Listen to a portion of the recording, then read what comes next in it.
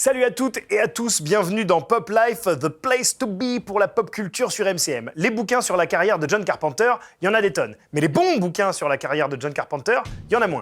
Aujourd'hui, je vous parle du meilleur.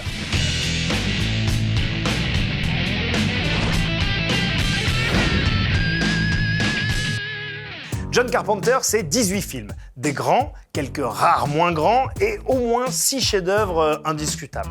I find that unlikely. Désolé, mais Halloween, The Fog, The Thing, New York 97, Les Aventures de Jack Burton, je vois pas trop matière à discuter sur ces films.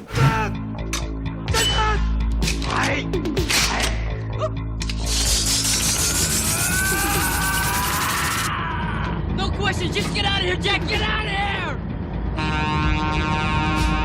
John Carpenter, maître de l'horreur et du fantastique, une légende. Sa carrière, dont on croit tout savoir, a été étudiée, scrutée, analysée dans tous les sens. Il a même été récompensé pour l'ensemble de sa carrière au Festival de Cannes 2019. Il fait partie du Panthéon. Et les bouquins continuent de sortir à mesure qu'on prend l'ampleur de l'importance de son cinéma. Qu'est-ce qui différencie le livre, l'œuvre de Carpenter, les masques du maître de l'horreur, des autres? Réponse, l'amour. Let me tell you a little something about love, Dennis. It has voracious appetite. It eats everything. L'auteur Stéphane Boulet, que vous pouvez lire dans les colonnes du site Gamecult ou écouter dans les podcasts Super Ciné Battle ou le Grollcast, est un amoureux de cinéma en général et des films de Carpenter en particulier. C'est pourquoi son bouquin est accessible. Contrairement à un essai impersonnel et élitiste, Stéphane Boulet parvient à trouver le juste milieu, le point magique qui relie la passion et l'expertise pour offrir au lecteur une expérience à la fois pointue et accessible. C'est dispo chez Third Edition dès maintenant et que vous soyez grand fan de Carpenter ou que vous cherchiez le bon point d'entrée pour découvrir sa filmographie, je vous le conseille fortement. Aujourd'hui, dans le Rewind de Pop Life, je vous raconte comment Steven Spielberg a privé John Carpenter d'un vrai succès en salle. Please stop fighting! Alors non, c'est vraiment pas une bagarre, hein. Enfin, Steven Spielberg et Carpenter ne se sont jamais déclaré la guerre, rassurez-vous. Remettons juste un petit peu les choses dans leur contexte. Nous sommes en 1982, une très grande année de cinéma américain, avec en l'espace de quelques semaines la sortie de films aussi importants que Conan le Barbare, Mad Max 2, Blade Runner ou encore The Thing de John Carpenter.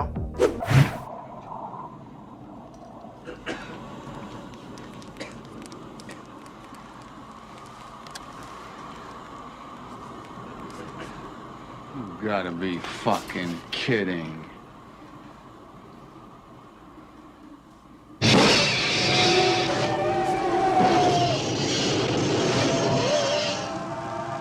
Seul souci, la même semaine que The Thing, sort E.T. de Steven Spielberg. Et là, le public se retrouve face à un dilemme. Soit ils vont voir en salle un film clairement réservé à un public averti dans lequel un méchant alien mange les gens, soit ils vont voir un film pour toute la famille dans lequel un gentil alien aime les gens.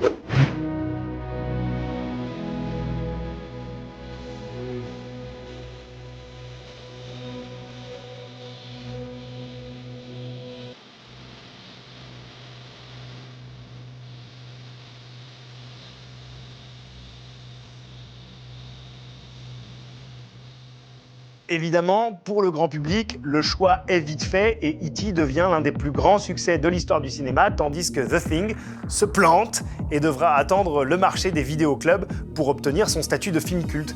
Carpenter l'a un peu mauvaise pendant des années, mais en même temps, face à Spielberg, difficile de lutter.